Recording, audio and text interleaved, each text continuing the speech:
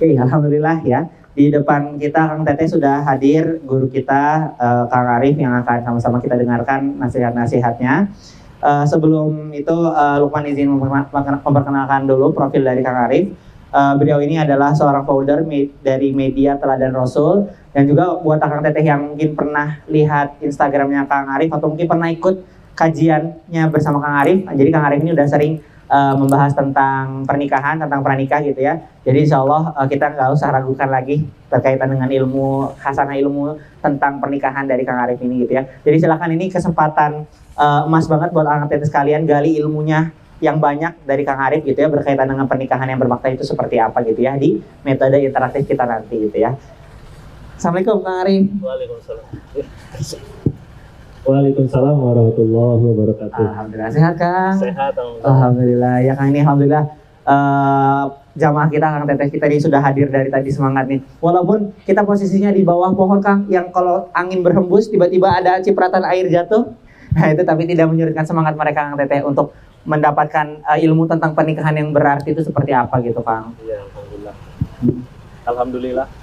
Kayaknya satu. Iya. Satu ngomong gantian. Ya mungkin sekalian Lukman informasikan juga Kang, tadi Lukman juga udah informasikan kepada Kang Teteh Kang. Jadi kita di sini sifatnya nanti ada metode interaktif juga setelah pematerian dari Akang gitu ya. Tapi kita nanti metode interaktifnya itu ada 2 jenis Kang. Ada yang nanya langsung raise hand gitu, acungan tangan. Ada yang nanti kita tanyanya itu lewat postcard yang pertanyaan yang Akang Teteh tuliskan. Jadi nanti kita akan ambil postcard untuk sesi tanya jawab dan akan dengerin juga langsung dari Kang Teteh. Seperti itu Kang. Ya. Baik Kang Lukman. Siap, boleh langsung aja Kang. Siap, terima kasih. Bismillahirrahmanirrahim. Assalamualaikum warahmatullahi wabarakatuh. Waalaikumsalam warahmatullahi wabarakatuh. Alhamdulillahirabbil alamin. Alhamdulillahillazi hadana lihaza wa ma kunna linahtadiya laula an hadanallah. Allahumma sholli ala sayyidina Muhammad wa ala alihi wa ashabihi ajmain. Sebelumnya Kang Lukman, saya mau nanya dulu. Kalau di Salman paket nikahan bisa nyewa taman ini? Wah, gimana tuh Kang Teteh bidang dakwah? Taman di sini? Oh bisa Kang. Kayaknya asik ya, soalnya suasananya ini saya baru mengalami suasana kajian di bawah pohon rimbun ya, kemudian angin sepoi-sepoi, dingin. Biasanya kan kita di gedung ya, di dalam ruangan ya. Dalam ruangan. Kita bersyukur teman-teman semua, alhamdulillah di tempat yang mudah-mudahan diberkahi Allah ini. Amin. Kita pagi ini bisa sama-sama untuk belajar tentang meaningful marriage atau pernikahan yang bermakna. Teman-teman tadi suaranya kayak alien ya. Sini aja, saya nggak apa-apa sambil berdiri ya. Teman-teman tadi ketika kita mulai menonton dari video dari Tekotok ya tadi ya. Tekotok benar ya, video dari Tekotok. Mungkin itu adalah sesuatu yang related untuk teman-teman rasakan sekarang. Dimana mungkin teman-teman ketika belum menikah, mungkin ada yang sudah beberapa bulan, ada yang mungkin sudah beberapa tahun gitu kan, menanti terkait dengan jodoh, ingin menikah. Kemudian biasanya dalam proses penantian kan entah kenapa tuh, kalau kita menanti atau menginginkan sesuatu, sepertinya algoritma TikTok kita atau Instagram kita ngerti apa yang kita inginkan gitu. Kalau di Instagram saya itu kucing-kucing biasanya, kucing-kucing oranye gitu, karena saya selalu nyari atau nonton hal tersebut. Nah kalau teman-teman, biasanya yang tampil terkait dengan pernikahan apa? Ada yang mau cerita nggak? Atau sebutkan aja satu kata. Biasanya di TikTok atau sosial medianya yang tampil terkait dengan pernikahan itu apa? Berita atau konten apa? Ada, langsung sebut aja. Yang Ikhwan dulu. Apa Kang? Biasanya kan? Tidak ada masalah. Apa biasanya kalau di TikTok ya terkait pernikahan, kontennya? Ya kan, tips mencari pasangan Kang. Apa Kang? Kalau dari saya paling di Instagram ya cari pasangan gitu. Kriterianya kayak gimana, misalkan harusnya kayak gimana. Berarti tips-tips ya untuk dari pasangan. Ada lagi? Kang, apa Kang? Yang di TikTok yang muncul? Atau di IG-nya apa? Ada nggak yang terkait dengan pernikahan, jodoh, atau apa? Ciri-ciri 5 ciri wanita yang akan jadi jodohku gitu ada nggak? Atau apa yang muncul apa biasanya? Yang keinget aja yang keinget. Akan ada lagi yang mau cerita? Konten atau enggak ya? Ini tentang apa? Mancing atau apa ya? Atau MU ya? Yang Ahwat ada yang mau cerita? Sebutin aja langsung satu kata tentang apa? Tadi kan tentang mungkin ciri-ciri ya, terus cara untuk mengenali pasangan itu ada lagi? Tips memanage keuangan tuh luar biasa. Ada lagi? Kamu cerita? Amalan apa teh? Menjelang Ramadan. Oke. Terkait dengan jodoh. Oh iya. Biasanya TikTok emang tahu ya. Ini wajah jodoh, saya kasih amalan jodoh deh. Ada lagi yang sebelah sini nih. Saya yang ujung ada yang mau cerita? Kontennya apa nih? Yang terkait dengan cinta, jodoh, pernikahan, atau tema-tema mengikhlaskan perpisahan, ada nggak? Ada? Oke ya teman-teman ya. Mungkin banyak di antara kita yang beragam ya. Ada yang kaitannya dengan tips, ada yang kaitannya dengan buat amalan-amalan ya. Ada yang kaitannya dengan tadi mungkin ciri-ciri atau lainnya. Tapi banyak juga yang sebenarnya tanpa kita cari akhirnya ketika bicara tentang pernikahan, public figure dan lain sebagainya, yang kita rasakan sadar tidak sadar itu ternyata pernikahan itu menjadi yang pertama sesuatu yang menyeramkan, ya kan? Akhirnya muncul istilah marriage is scary. Pernikahan itu jadi sesuatu yang menyeramkan. Oh, itu lagi cari lawan ya. Pernikahan itu jadi sesuatu yang menyeramkan. Kenapa? Karena yang viral-viral itu dari public figure atau orang-orang yang sedang viral, terkenal itu ternyata kita rasakan. Yang pertama, banyak kejadian-kejadian viral itu yang terkait dengan KDRT. Banyak kajian-kajian atau bahkan sekarang curhat-curhat yang viral itu terkait dengan istri yang merasa suami pilih kasih kepada ibunya dibanding sama istrinya. Sampai ada yang bertanya sama Kang Arif boleh nggak saya berdoa agar suami saya adalah orang yang nggak dekat sama ibunya, Kang? Jangan berbakti deh suami saya, soalnya saya takut gitu. Kemudian yang viral apa lagi? Yang viral adalah pasangan yang kita lihat romantisnya itu luar biasa, tapi kita kaget kok tiba-tiba mereka berpisah dan pisahnya itu malah nggak baik-baik saja. Tentu saja ya, namanya berpisah itu tidak baik-baik saja. Dan teman-teman, ketika kita bicara tentang pernikahan itu di Indonesia dan dimanapun juga selalunya pasti, hampir pasti dimulai dengan rasa cinta. Orang yang menikah di Indonesia itu 1 tahunnya sekitar 1,5 juta. Dan Kang Arif bisa bilang 1,5 juta pernikahan. Berarti ada 3 juta orang yang saling mencintai. Dan Kang Arif bisa bilang bahwa hampir semua yang menikah, 1,5 juta pernikahan, itu adalah menikah dengan dibangun atas rasa sama-sama cinta, sama-sama suka, sama-sama ridho. Jarang kita menemukan sekarang pernikahan yang dipaksakan, pernikahan Siti Nurbaya, pernikahan karena bapaknya kelilit hutang, anaknya itu jarang ya. Jarang. Semuanya menikah dengan rasa suka, rasa cinta, rasa sama-sama suka, sama-sama ridho. Tapi ternyata mayoritas perpisahan di Indonesia adalah karena tidak adanya lagi kecocokan dan adanya pertengkaran, perselisihan yang tidak bisa lagi didamaikan. Coba tuh, mulanya dari rasa cinta, berpisahnya karena tidak ada rasa cinta, tidak ada lagi kecocokan, adanya perselisihan yang tidak bisa diselesaikan. Makanya teman-teman penting kita untuk belajar ngobrolin tentang bagaimana pernikahan yang penuh dengan makna. Meaningful marriage itu seperti apa? Kenapa? Karena ternyata menikah dengan rasa cinta itu belum jadi solusi sepenuhnya. Iya kan? Kita nikah dengan orang yang kita cintai, alhamdulillah, tapi bagaimana kita membangun cinta dengan orang yang kita nikahi, itulah yang sebenarnya jadi jawaban agar kita bisa mencapai pernikahan yang berkah dan berkelanjutan bahkan sampai ke surga. Jadi bukan karena tidak adanya cinta, tapi karena kurangnya ilmu untuk mencintai. Nah, nanti kita selama 45 menit ini kita akan membahas bagaimana kita bisa menikah dengan penuh makna. Jadi bukan satu rumah, tapi bukan sama-sama tinggal serumah, tapi menetap bersama, jiwanya sama.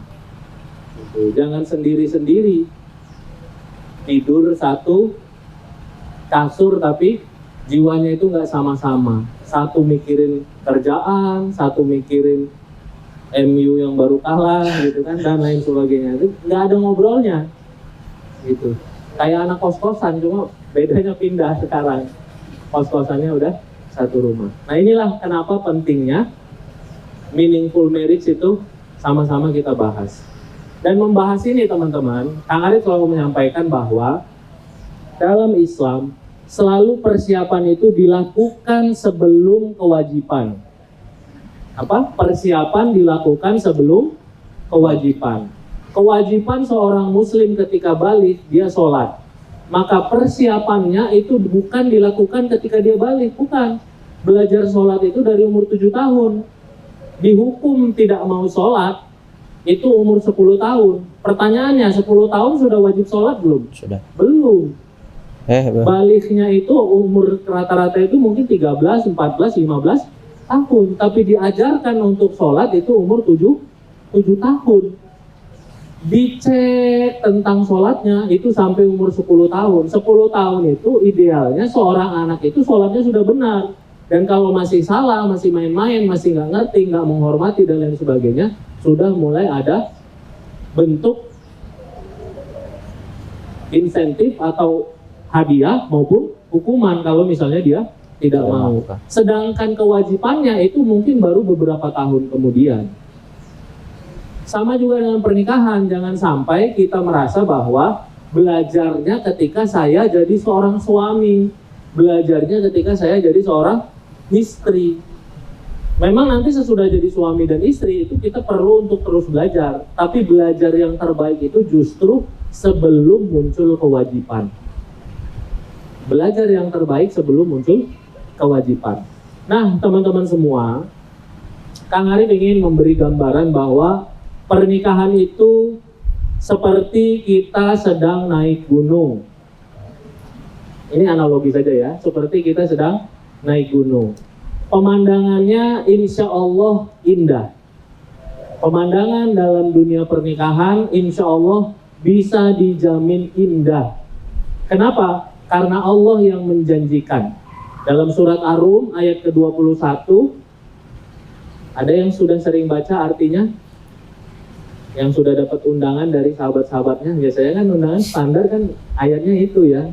Jarang kan? La yukallifullahu nafsan illa usaha, jarang kan gitu. Atau jarang semua orang pasti akan mengalami kematian, jarang. Pasti selalunya adalah tentang wa min ayatihi an khalaqalakum azwaja. Dan jadi tanda-tanda kebesaran Allah adalah Dia menciptakan pasangan dari jenismu sendiri. Litas kunu ilaiha. Apa sih maksud Allah memberikan kita rasa cinta, tertarik, dan kita menikah dengan pasangan hidup kita? Litas kunu ilaiha, agar Allah memberikan rasa sakinah, rasa tentram. Jadi kalau kita nikah, itu sebenarnya Allah ingin agar kita dapat ketenangan, dapat ketentraman. Kemudian yang kedua, Allah ingin memberikan kita mawaddah. Mawaddah itu adalah cinta kasih yang sifatnya romantis. Kalau teteh-teteh, akang-akang lagi senang, lagi suka, lagi kagum, lagi cinta, lagi tertarik sama seorang laki-laki atau perempuan, secara romantis gitu kan, secara romantis itu adalah tanda kebesaran dari Allah Subhanahu wa taala. Karena Allah dalam pernikahan itu ingin memberikan kita mawaddah. Yang ketiga adalah Allah ingin memberikan kita rahmah atau kasih sayang. Dia tidak sama persis dengan kasih sayang seorang ibu kepada anaknya, tapi rahmah ini kasih sayang yang sifatnya agak mirip-mirip dengan itu. Kita bahagia ketika dia bahagia. Kalau orang yang kita cintai berupa kasih sayang, teman-teman mungkin punya saudara gitu ya, punya orang tua, itu rahmah. Kita bahagia ketika ibu kita bahagia. Kita lulus dari kuliah, kitanya kan bahagia dengan kelulusan kan? Tapi melihat ibu kita bahagia karena kita lulus kuliah, itu bahagianya kadang-kadang lebih daripada bahagianya kita ketika kita dapat kabar lulus kuliah. Jadi ada rahmah. Makanya nanti ketika menikah, bahagia kita akan double-double tuh, apalagi kalau punya anak. Kenapa? Karena bahagia saya adalah bahagia dia adalah bahagia saya. Jadi saya punya lebih banyak alasan untuk bahagia. Bahagia anak saya adalah bahagia saya adalah bahagia anak saya. Maka semakin banyak orang yang kita cintai, semakin banyak alasan yang menyebabkan kita bahagia. Itu keinginan dari Allahnya. Nah, itu keinginan dari Allahnya. Itu adalah pemandangan yang ada di gunungnya. Pertanyaannya adalah, apakah kita bisa untuk mendapatkan dan mengeluarkan semua kebaikan-kebaikan pernikahan? Tergantung kita. Ya kan? Kita sama-sama umroh, sama-sama ke Madinah, sama-sama ke Masjid Nabawi. Ada yang bisa mendapat raudhah, ada yang males maunya di hotel saja, tergantung orangnya.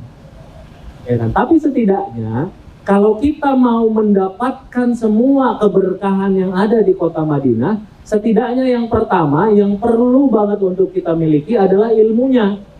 Apa itu keutamaan raudhah, apa itu keutamaan sholat di Masjid Nabawi, apa keutamaan ziarah ke makam Rasulullah, apa masjid-masjid yang bersejarah di sekitar Masjid Nabawi, apa keutamaan Uhud, makam Uhud, siapa sahabat yang ada di Uhud, dan lain sebagainya. Ketika kita mengilmui diri kita, setidaknya kita sudah menapak satu tangga mendapatkan keberkahan-keberkahan dari kota Madinah.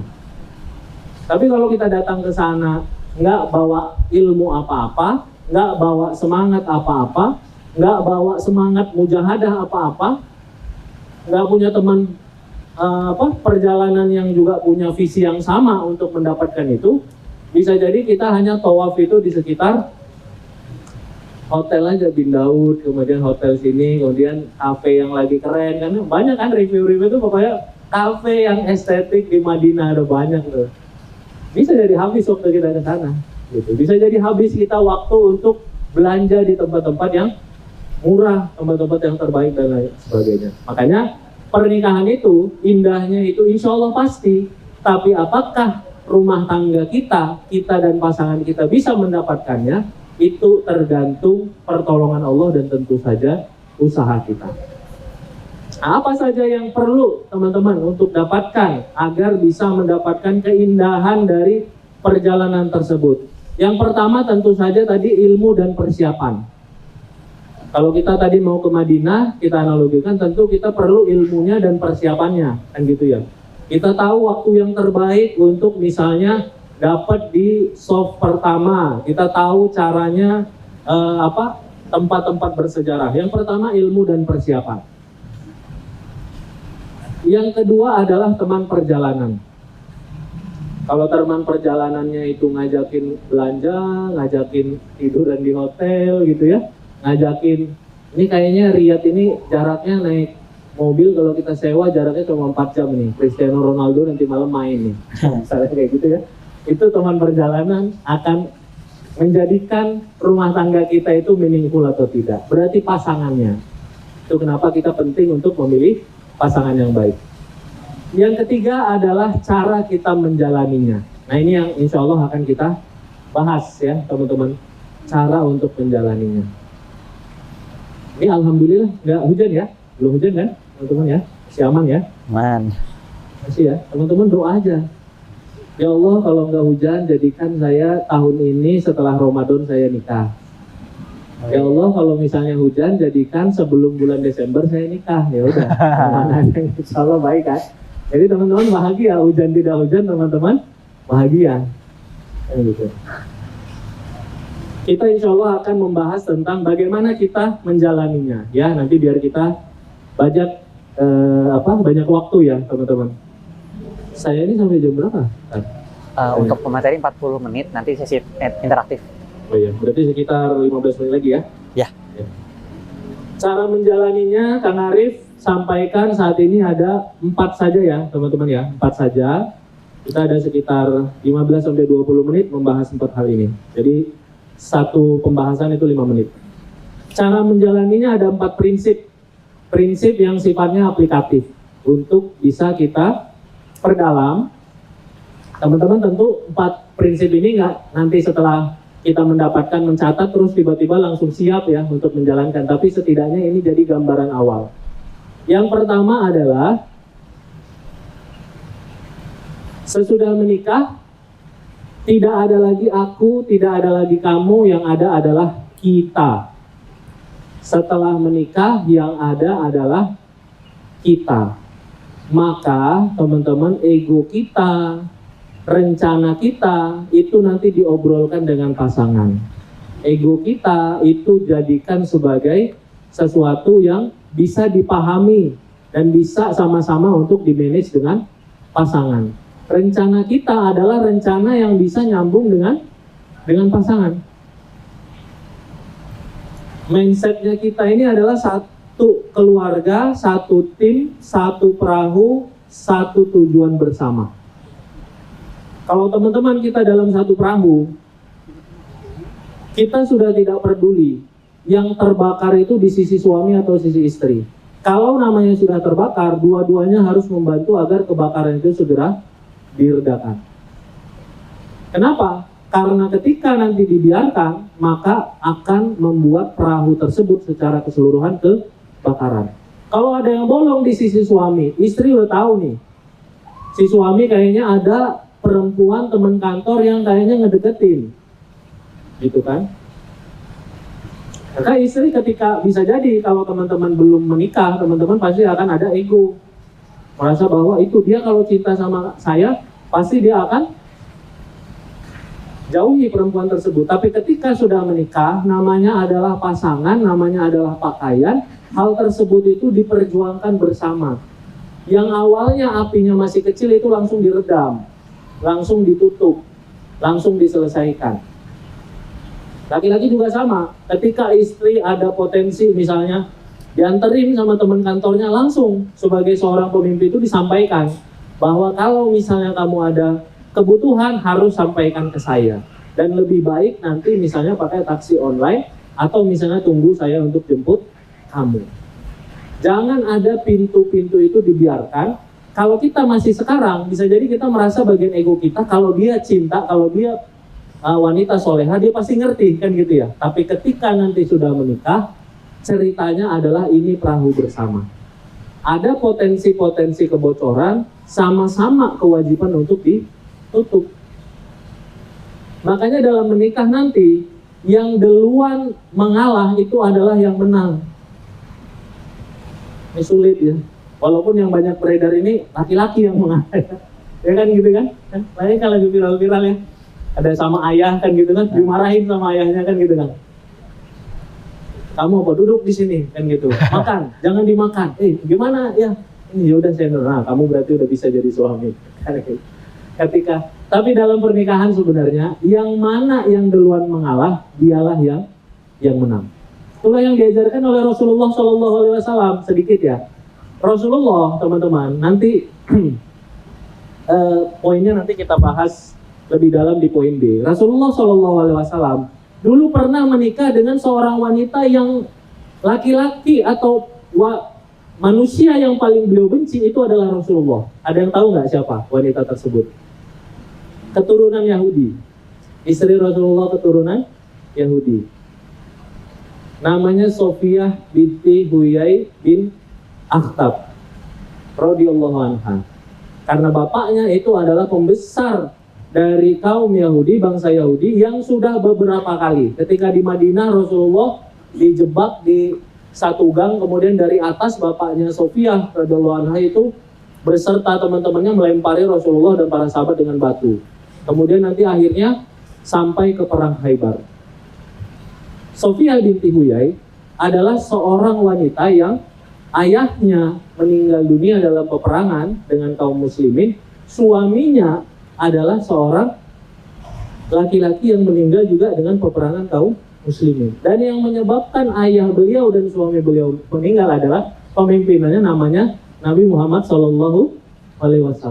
Makanya Rasulullah SAW dikatakan oleh Sofiyah binti Huyai, sebelum pertemuanku denganmu, engkau adalah laki-laki atau manusia yang paling aku benci. Tahu nggak apa yang dilakukan Rasulullah? Pertama kali ketika menikah dengan Sofiyah binti Huyai, mas kawinnya kan dibebaskan ya. Sofiyah binti Huyai dibebaskan. Pertama kali menikah dengan Sofiyah binti Huyai, diajak ngobrol.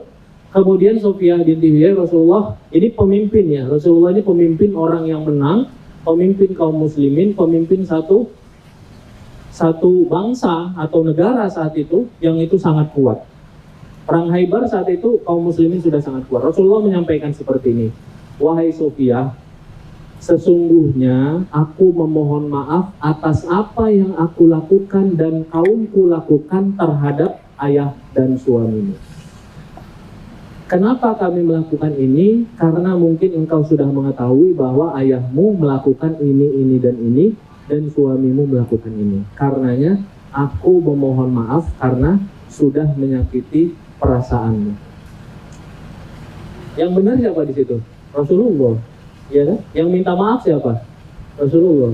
Nah itu memang bapak-bapak para suami, kita kalau belajar sama Rasulullah gini, kita minta maaf walaupun kita benar, gitu ya. Makanya sudah itu. Minta maaf adalah benar adalah satu hal, minta maaf adalah hal yang lain.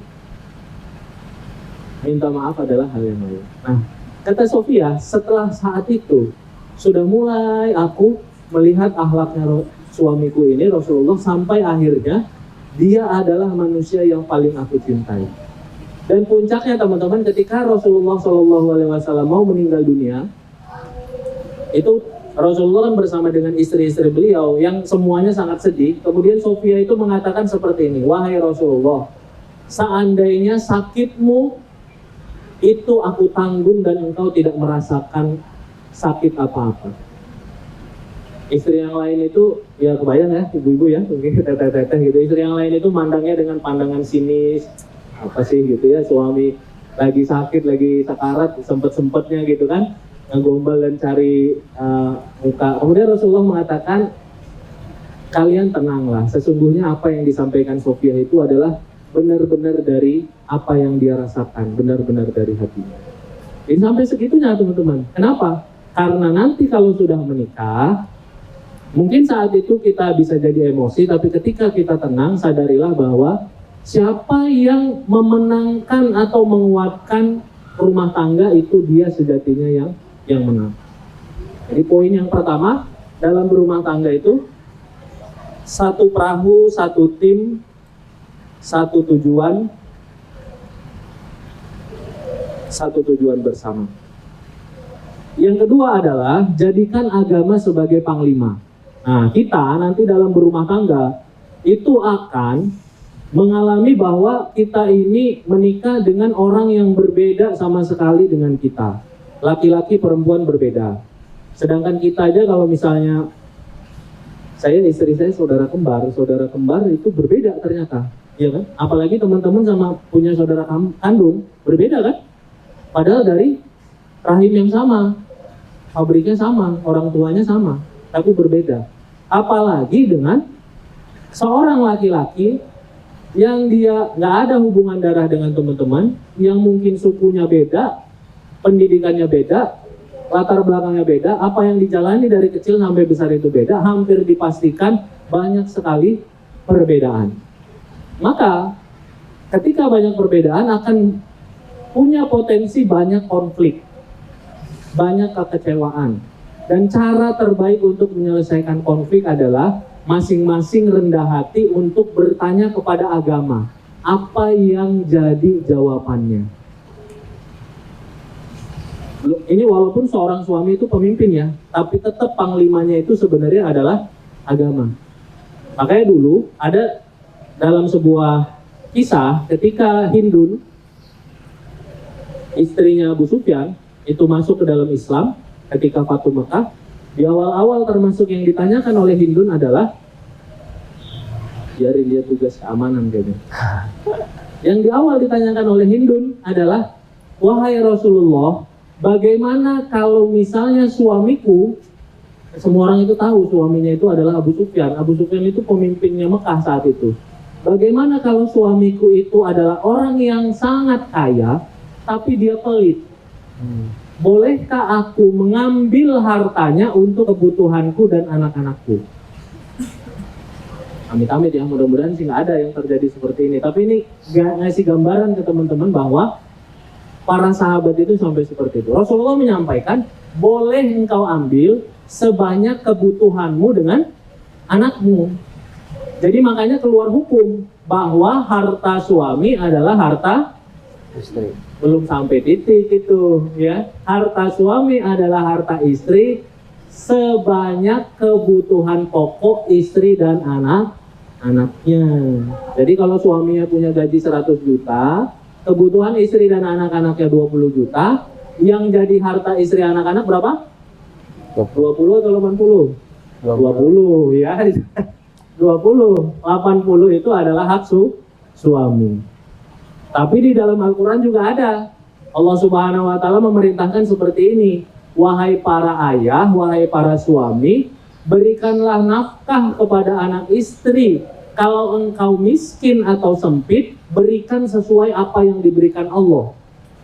Berarti kalau misalnya kebutuhannya 5, dikasih rezeki oleh Allah 5, berikan aja semua. Kira-kira seperti itu. Dan memang kebutuhannya segitu. Tapi kalau Allah melapangkanmu, maka lapangkanlah juga seperti Allah melapangkanmu. Jadi kalau penghasilannya 100 juta, walaupun kebutuhannya 20 juta, lapangkan tuh. Dalam Al-Quran itu dilapangkan. Jadi jangan ngepas banget Kang 20 juta gitu.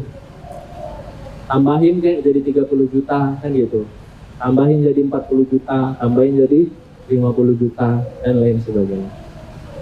Jadi semua bahagianya kita sebagai seorang muslim teman-teman, semua masalah hidup kita termasuk masalah rumah tangga itu jawabannya itu sudah ada dalam kehidupan Rasulullah, para sahabat. Kalaupun tidak ada kita dapatkan langsung di Al-Quran dan Sunnah, kita akan mendapati penjelasan para ulama.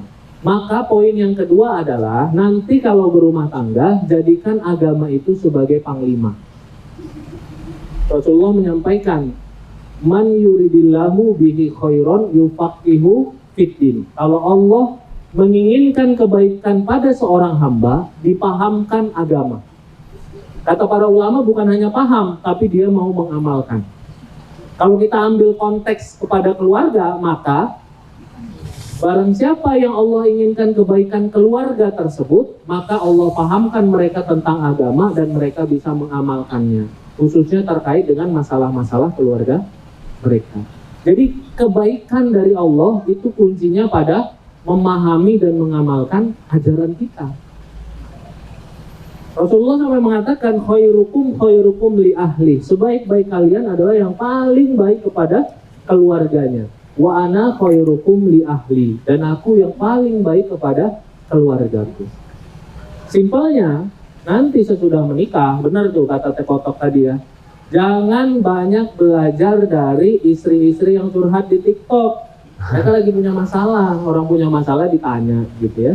Tapi belajar dulu dari kehidupan istri-istri Rasulullah, dari Rasulullah. Kenapa sih? Salah satu alasan kenapa Rasulullah SAW, walaupun banyak alasannya, salah satu kata para ulama, istri Rasulullah itu beragam agar teman-teman nanti bisa belajar.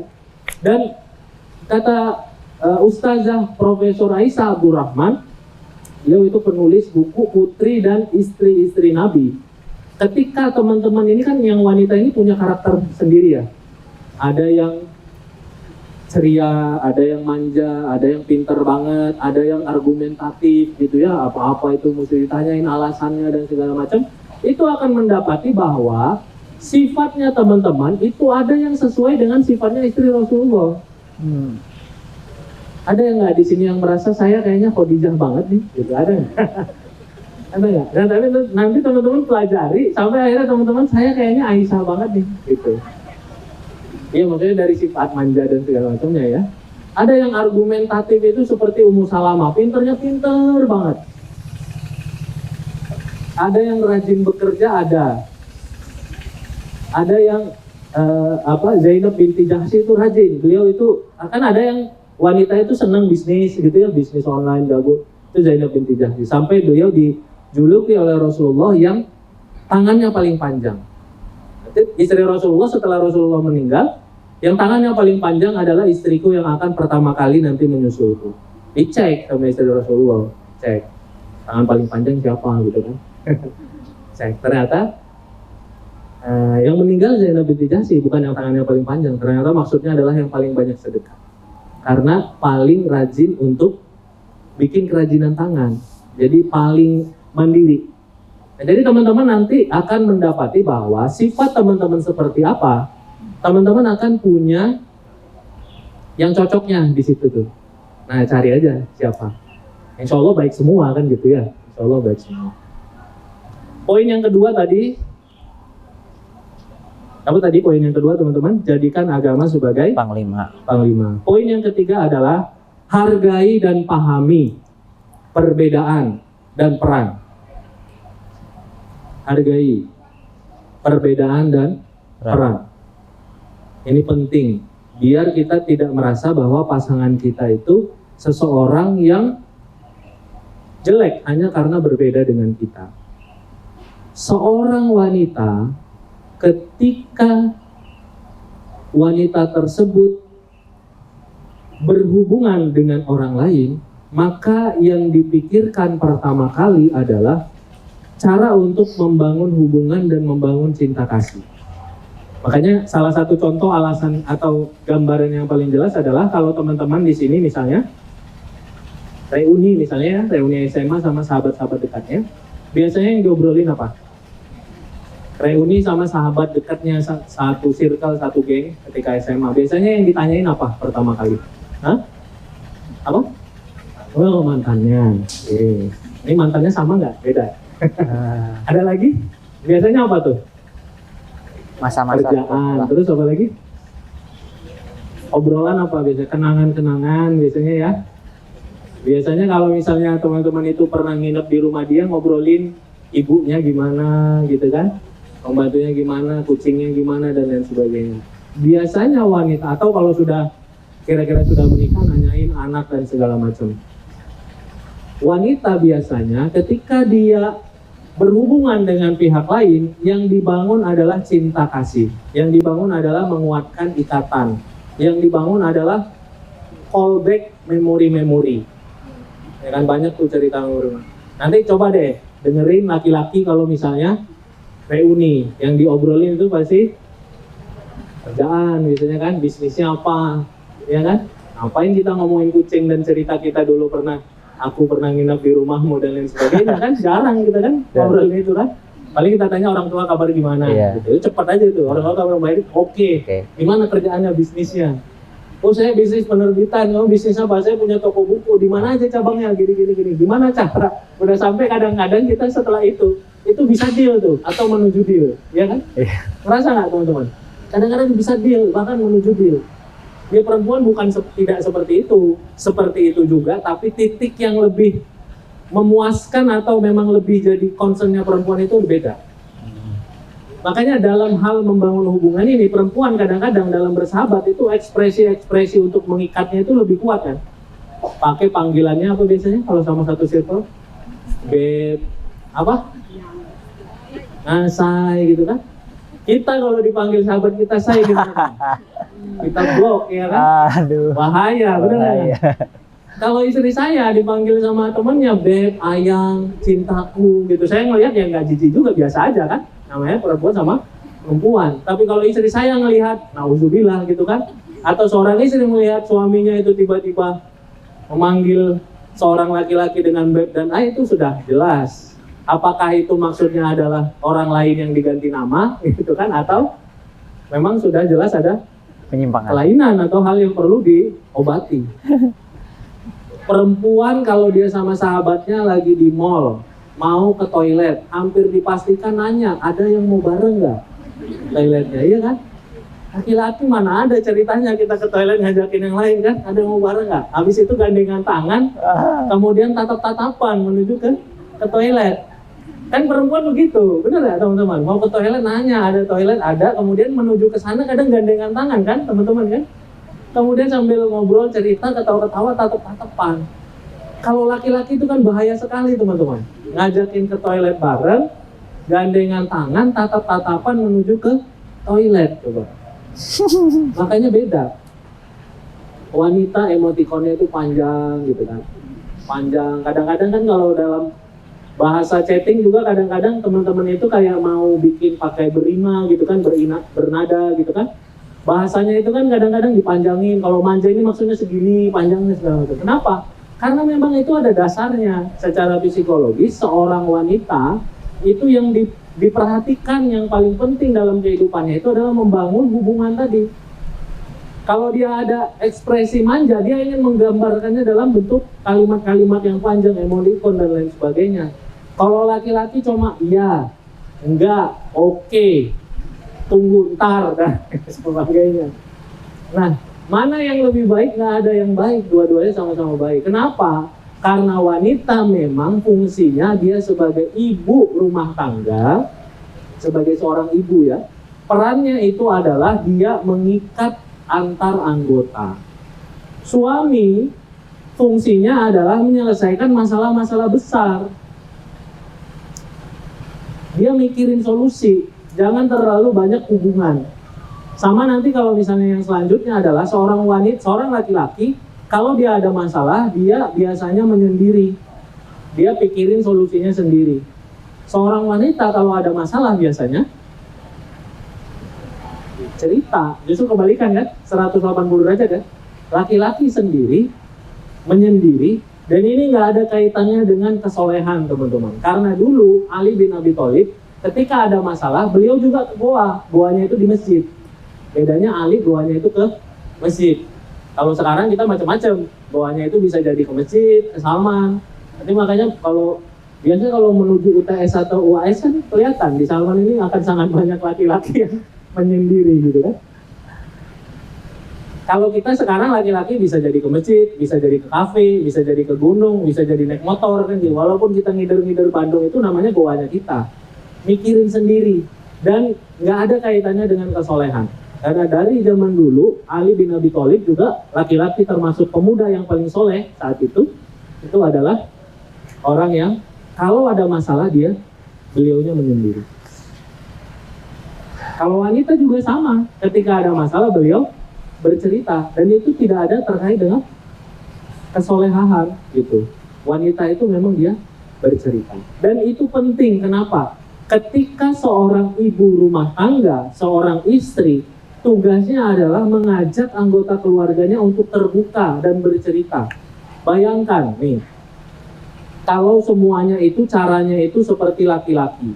Ini cara bapak, cara ibu ya. Teman-teman nanti akan melihat pentingnya seorang istri itu banyak ngobrol. Istri yang cerewet itu adalah istri yang pintar. Istri yang cerewet itu adalah istri yang akan bisa mendidik anak kita dengan baik. Jadi kalau istri banyak ngobrol jangan ditekan, kasihan nanti anaknya. Anak pulang pipinya lembam, dia nangis, ditanya bapaknya biasanya apa yang kita lakukan? Teman-teman bayangkan jadi bapak, anak kita laki-laki pulang pipinya lembam, dia nangis. Kalau Kang Arif yang langsung dipikirkan adalah ikut les bela diri, ya kan? Anak saya laki-laki kalau dipukul nggak boleh kalah, iya kan? Laki-laki kan seperti itu. Kita diajarkan juga seperti itu. Laki-laki itu boleh nangis sama jangan nangis berulang-ulang gitu loh. Nggak boleh kalah. Kalau benar harus kalah. Kalau benar harus menang. Maka yang kita lakukan adalah sahabat kita yang sebagai suhunya atau pengajar taekwondo kita telepon kan. Gimana nih? Ada nggak usia untuk anakku umur 6 tahun? Ada, ya udah besok didaftarkan. Kadang-kadang kita nggak nanya alasan dan lain sebagainya. Yang penting kita tahu, kita cari solusi. Cara berpikir laki-laki, masalah, solusi, masalah, solusi. Datanglah ke ibunya. Biasanya yang dilakukan apa nih kalau seorang ibu? Ditanya, kan udah ditanya nih ibu. Kalau tadi bapak-bapak langsung cek solusi biasanya. Ibu ditanya, kenapa nak? Baru dipukul sama itu. Bapaknya sudah tuh kan dipukul gitu kan. Dipukulnya gimana sampai berapa? Sampai 2 kali sampai jatuh. Itu bapaknya makin kuat. Seorang ibu biasanya akan bertanya alasan. Karena seperti itu, kalau ada masalah dia akan menggali kan gitu ya. Kenapa dia sampai mukul kamu? Iya, bapaknya botak gitu kan. Aku ngomongin bapakmu botak gitu kayak Pak Dendro gitu kan, dan lain sebagainya. Ternyata masalahnya bukan masalah taekwondo, masalahnya adalah di akhlak anak kita sendiri. Sebelum kita selesaikan masalah agar anak jangan dipukuli, selesaikan masalah lisan anak kita. Nantilah baru dapat solusi. Ternyata oke lah taekwondo itu penting, ya kan, sehingga ketika dipukul bisa menghindar. Dan itu ada solusi juga di situ. Tapi yang lebih penting adalah anak perlu diajari bahwa jangan menghina orang tua temanmu. Gitu. Jangan menghina orang tua temanmu. Sekarang kita balik. Ini bukan keluarga kita, insya Allah ya, keluarga orang lain. Ada seorang istri dan suami. Mereka habis kontrakannya besok.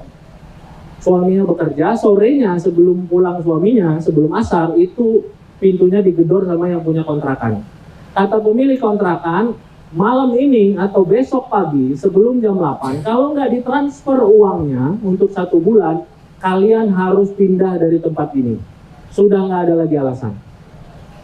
Maka yang dilakukan oleh seorang istri adalah dia nangis dan bercerita kepada suaminya. Bayangkan seorang istri yang punya suami kerjaannya juga ngobrol dan curhat. Jadi malam itu mereka sama-sama nangis dan curhat gitu. Mereka saling meratapi nasib, kebayang nggak? Yang bagusnya dilakukan si laki-laki apa? Dia cari solusi, iya kan? Dia minta kepada yang pernah kontak dia, saya ada jasa ini, kamu bisa nggak ngasih DP dulu, nanti saya kerjakannya belakangan, bikin video atau apa kan gitu ya. Atau ke sahabat dekatnya saya minjem dulu, insya Allah nanti saya gajian. Yang penting gimana caranya, pikiran laki-laki itu dibutuhkan ketika masalahnya seperti itu. Kita nggak butuh ngobrol, nggak butuh nangis, nggak butuh cerita dan menjelaskan tentang bagaimana indahnya rumah tangga kita dalam kesabaran, gitu ya. Bagaimana kita sabar menghadapi tetangga, bagaimana kita nggak butuh itu. Butuhnya besok jam 8 pagi uangnya ada. Maka saat itu dibutuhkan si suami.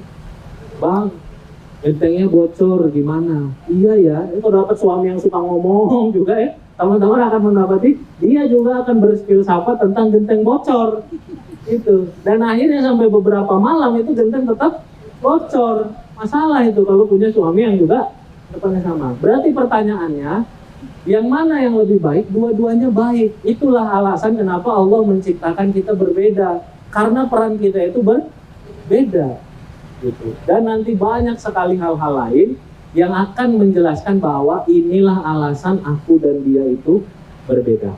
Nah, karena kita berbeda dan karena perbedaan itu ada kebaikannya, maka sabarlah dan pahamilah ketika kita punya perbedaan. Kayaknya poin yang keempat hanya disebutkan saja ya. Yang keempat adalah raih keberkahan atau ziyadatul khair. Kalau kita menikah teman-teman, nanti kan yang didoakan itu doa keberkahan ya. Barakallahu laka wa baraka alaika wa jama'a bainakuma fi khair. Kalau teman-teman nanti menikah, yang didoakan oleh saudara, keluarga, sahabat, rekan kerja itu adalah doa keberkahan. Nah, berkah itu apa? Banyak. Di antaranya adalah ziyadatul khair. Makanya nanti kalau dalam menikah, salah satu yang perlu kita kejar itu adalah keberkahan, ziyadatul khair. Apa itu berkah? Berkah itu ziyadatul khair, bertambah kebaikan. Kalau antum yang ikhwan sekarang punya 3 sifat baik, jaga itu, tularkan kepada istrimu. Sehingga dia yang awalnya sebelum menikah hanya punya 3 sifat baik, setelah menikah punya 6 sifat baik. Kenapa ditularkan sama suaminya? Kaya tapi hidupnya sederhana. Itu sifat baik misalnya ya. Penuh kesulitan tapi nggak gampang mengeluh. Itu sifat baik. seperti apapun dalam bercanda, dalam serius, selalu berkata jujur. Itu sifat baik. Tularkan. Awalnya seorang istri punya 3 sifat baik, setelah menikah bertahun-tahun menular sifat baik dari suami. Sifat buruk dipendam, bahkan dikurangi, bahkan dihilangkan. Itu dari sifat. Bagaimana dengan ibadah? Ibadah juga sama. Itu alasan kenapa sebelum menikah, sebaiknya kita memang jadi orang yang terus memperbaiki diri. Bahkan kalau bisa kita punya amalan-amalan yang kita dawamkan. Agar apa? Agar rumah tangga kita nanti penuh dengan kebaikan-kebaikan dan ada ziyadatul khair dari sisi amalan. Teteh-teteh di sini, Kang Arif anggap semuanya ahli puasa. Amin ya, ahli puasa. Tapi belum ahli tahajud. Menikah dengan seorang suami yang ahli tahajud. Amin gak nih? Amin. Nanti setelah menikah, kalau kita mencintai orang yang jadi pasangan kita atau siapapun, kita pasti akan sangat ingin untuk menularkan kebaikan yang kita rasakan. Karena kita senang puasa dan kita rasa kalau puasa itu sehat banget, kalau puasa itu terjaga kata-kata, kalau puasa itu terjaga emosi dan lain sebagainya. Maka kalau benar kita cinta sama dia, kita pasti akan menularkan itu, iya kan? Otomatis tuh.